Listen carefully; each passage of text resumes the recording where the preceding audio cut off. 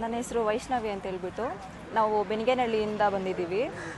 ನಮಗಿದು first time ಗೊತ್ತಾಗಿದ್ದು. ನಮ್ಮ relation ಅವರು ಇಲ್ಲಿ ಬಂದು ಸುಮಾರು ಒಂದು 8ರಿಂದ 10 ವರ್ಷದ ಹಿಂದೆಯಿಂದ ಬರ್ತಿದ್ರು ಇಲ್ಲಿಗೆ. ಹಂಗಾಗಿ ಅವರಿಂದ ತಿಳ್ಕೊಂಡು ನಾವು ಅವ್ರ ಮೂಲಕ ಇಲ್ಲಿಗೆ ಬಂದಿದ್ದೀವಿ. ನೋಡೋಣ, ಇಲ್ಲಿಂದ ಒಳ್ಳೇದಾದರೆ ಮತ್ತೆ ಮತ್ತೆ ಇದೇ ಥರ ಬರ್ತಾ ಇರ್ತೀವಿ. ನಂಬಿದ್ದೀವಿ ದೇವ್ರನ್ನ ಒಳ್ಳೇದಾಗತ್ತೆ ಅಂತ. ಬೆನಗೇನಹಳ್ಳಿ ಇವ್ರು ನಮ್ಮ ರಿಲೇಷನ್ ಅವ್ರು ಬಂದ್ರಲ್ಲ, ಅವ್ರ ಜೊತೆಗೆ ಬಂದೆ ನಾನು ಅಂತೆ. ಅದಕ್ಕೆ ಎಲ್ಲರೂ ಹೇಳಿದ್ರು ನಾವು ಬಂದ್ರಿ ಇಲ್ಲಿ ನೋಡೋಣ ಅಂತ ಹೇಳ್ಬಿಟ್ಟು. ಇದೇನನ್ನ ನಮ್ಮದು ಹೇಳಿ ನಾವು ಒಮ್ಮೆ ಬೇಡ್ಕೊಂಡಿರೋದ ಸಕ್ಸಸ್ ಆಯಿತು ಅಂತಂದರೆ ನಾನು ಇದೇ ಥರ ಬಂದು ಮಾಡ್ತೀನಿ ನಾನು ನೆಕ್ಸ್ಟು. ನಾವು ಬೆಂಗಳೂರಿಂದ ಬಂದಿದ್ದೀವಿ. ಇದೇ ಫಸ್ಟ್ ಟೈಮ್ ಬಂದಿರೋದು. ಬೆನಗೇನಹಳ್ಳಿಯಿಂದ ಬಂದಿದ್ದೀವಿ. ಇದೇ ಫಸ್ಟ್ ಟೈಮ್ ಬಂದಿರೋದು. ಇದೇ ಇನ್ನು ನೆಕ್ಸ್ಟ್ ವರ್ಷಕ್ಕೆ ಒಂದು ಸತಿ 2 ಸತಿ ಬರ್ತಾ ಇರ್ತೀವಿ. ಬಂದು ನಮ್ಮ ಕೈಲೇನೋ ಸಹಾಯ ಮಾಡಿ. ಒಳ್ಳೆ ದೇವಸ್ಥಾನ, ಒಳ್ಳೆ ದೇವರು, ನಾನು ನಂಬಿಕೆ ಇದೆ. ಹಲೋ ವೀಕ್ಷಕರ, ನಮಸ್ಕಾರ. ನೀವು ನೋಡ್ತಾ ಇದ್ದೀರಾ ಇನ್ಫೋ ಎಂಪೈರ್ ಕನ್ನಡ. ನಾನಿವತ್ತು ದ್ವಾರವಳ್ಳ ಅನ್ನೋ ಗ್ರಾಮದಲ್ಲಿದ್ದೀನಿ. ಬಹುಶಃ ಎಲ್ಲಿದೆ ಅಂದರೆ ಇದು ಶಿರಾ ತಾಲೂಕು, ತುಮಕೂರು ಜಿಲ್ಲೆ. ಹಿರಿಯೂರಿಂದ ಒಂದು 28 ಕಿಲೋಮೀಟ್ರು, ಶಿರಾಯಿಂದ 10 ಕಿಲೋಮೀಟ್ರ್ ಆಗುತ್ತೆ. ಇಲ್ಲಿ ಒಂದು ಭಾಳಷ್ಟು ಪವಾಡ ಹೊಂದಿರತಕ್ಕಂಥ ಸ್ಥಳ. ಎಕ್ಸಾಕ್ಟಾಗಿ ಇದು NH48 ಆದೋಗಿದೆ. ಬೆಂಗಳೂರು ಟು ದಾವಣಗೆರೆ ದಾರಿ. ಅದ್ರ ಪಕ್ಕದಲ್ಲಿ ಒಂದು ಆಲದ ಮರ ಇದೆ.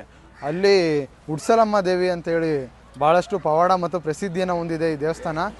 ಬನ್ನಿ, ಈ ದೇವಸ್ಥಾನದ ವಿಶೇಷತೆ ಏನು. ಇಲ್ಲೊಂದು ಕಲ್ಲಿದ್ದಾವೆ. ಈ ಕಲ್ಲಲ್ಲಿ ನೀವು ಎಷ್ಟೇ ತೂಕ ಇರ್ರಿ, ನಿಮ್ಮ ಮನಸ್ಸಲ್ಲಿ ಏನಾದರೂ ಕೋರ್ಕೊಂಡು ನೀವು ಇಲ್ಲಿ ಆ ಕಲ್ಲಿನ ಮೇಲೆ ಕೂತ್ರೆ ನಿಮ್ಮಲ್ಲಿ ಆ ಕೆಲಸ ನೆರವೇರುತ್ತಾ ಇಲ್ವಾ, ಆಗುತ್ತಾ ಆಗಲ್ವಾ ಅಂತೇಳಿ, ಅದು ಬಲಗಡೆಗೆ ತಿರುಗಿದ್ರೆ ಆಗುತ್ತೆ ಅಂಥೇಳಿ, ಎಡಗಡೆಗೆ ತಿರುಗಿದ್ರೆ ಆಗಲ್ಲ ಅಂಥೇಳಿ ಅಂತಹ ವಿಶೇಷತೆಯನ್ನು ಈ ಒಂದು ಉಡ್ಸಲಮ್ಮ ದೇವಿ ಹೊಂದಿದೆ. ಬನ್ನಿ, ಈ ಒಂದು ದೇವಸ್ಥಾನದ ವಿಶೇಷತೆ ಏನು ನೀವು ನೋಡ್ತಾ ಇದ್ದೀರಲ್ಲ, ಇದು ಭಾಳಷ್ಟು ಪವಾಡವನ್ನಿದೆ ಈ ದೇವಸ್ಥಾನ. ಇನ್ನೊಂದು ಏನಂದರೆ ವಿಶೇಷತೆ, ಬನ್ನಿ ನಮ್ಮ ಜೊತೆಗೆ. ನೀವು ನೋಡ್ತಾ ಇದ್ದೀರಲ್ಲ, ಇಲ್ಲೆಲ್ಲ ಕಲ್ಲುಗಳಿದ್ದಾವೆ. ಈ ಕಲ್ಲಲ್ಲಿ ನೀವು ನಿಮ್ಮ ಮನಸ್ಸಿನಲ್ಲಿ ಏನು ಅಂದ್ಕೊಂಡು ಕುತ್ಕೊತೀರೋ, ಏನಾದರೂ ಕೋರ್ಕೊಂಡು ದೇವಿಯಲ್ಲಿ ಕೋರ್ಕೊಂಡು ಈ ಕಲ್ಲು ಮೇಲೆ ಕುತ್ಕೊಂಡ್ರೆ ಅದು ನೀವು ಎಷ್ಟೇ ತೂಕ ಇರ್ರಿ ಅದು ತಿರುಗ್ತೈತೆ. ಬಲಗಡೆಗೆ ತಿರುಗಿದ್ರೆ ಅದು ಆಗುತ್ತೆ. ನಿಮ್ಮ ಕೆಲಸ ಏನು ಅಂದ್ಕೊಂಡಿದ್ರೆ ಆಗುತ್ತೆ ಅಂತ. ಎಡಗಡೆಗೆ ತಿರುಗಿದ್ರೆ ಆಗಲ್ಲ, ಇನ್ನೂ ಸ್ವಲ್ಪ ನಿಧಾನಕ್ಕೆ ಆಗ್ಬೋದು, ಆ ಥರ ಅರ್ಥ ಕೊಡುತ್ತೆ. ಹಂಗಾಗಿ ಇದು ನೋಡಿ, ನೀವು ಭಾಳಷ್ಟು ಆಶ್ಚರ್ಯ.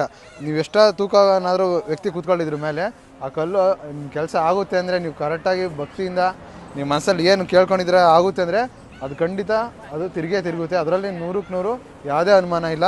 ಅಂತಹ ಒಂದು ಏನೋ ಪವಾಡವನ್ನು ದೇವಿ ಹೊಂದಿದೆ. ಇನ್ನೊಂದು ವಿಷಯ ಹೇಳ್ಬೇಕಂದ್ರೆ, ಈ ರೋಡ್ ಮಾಡ್ಬೇಕಾದ್ರೆ 2001ರಲ್ಲಿ ವಾಜಪೇಯಿ ಪ್ರಧಾನಮಂತ್ರಿ ಆಗಿದ್ದಾಗ ನಮ್ಮ ದೇಶಾದ್ಯಂತ ರಸ್ತೆಗಳನ್ನು ಮಾಡೋಕ್ಕೆ ಹೋಗ್ತಾರೆ, ಸುವರ್ಣ ಚತುಷ್ಕೋನ ಯೋಜನೆ ಅಂತೇಳಿ.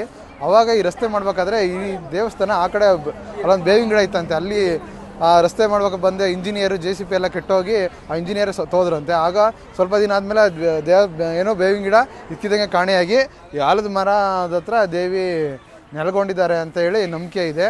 ಹಾಗಾಗಿ ನೀವು ಏನಾದರೂ ಈ ಕಡೆ ದುರ್ಗ, ದಾವಣಗೆರೆ, ಈ ಕಡೆ ಶಿರಾ ಈ ಕಡೆ ಬಂದಾಗ ಈ ದೇವಿ ಸನ್ನಿಧಾನಕ್ಕೆ ಒಂದು ಸರಿ ಆದರೂ ಭೇಟಿ ಕೊಡಿ, ಭಾಳಷ್ಟು ಒಳ್ಳೆಯದಾಗುತ್ತೆ.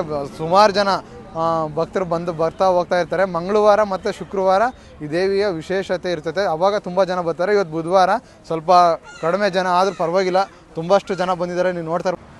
ಸುಮಾರು 4-5 ಜನಕ್ಕೆಲ್ಲ ಹೇಳಿದ್ದೇನೆ. ಅವ್ರಿಗೂ ಆರೋಗ್ಯ ಎಲ್ಲ ಸ್ವಲ್ಪ ಏರುಪೇರಾಗಿತ್ತು.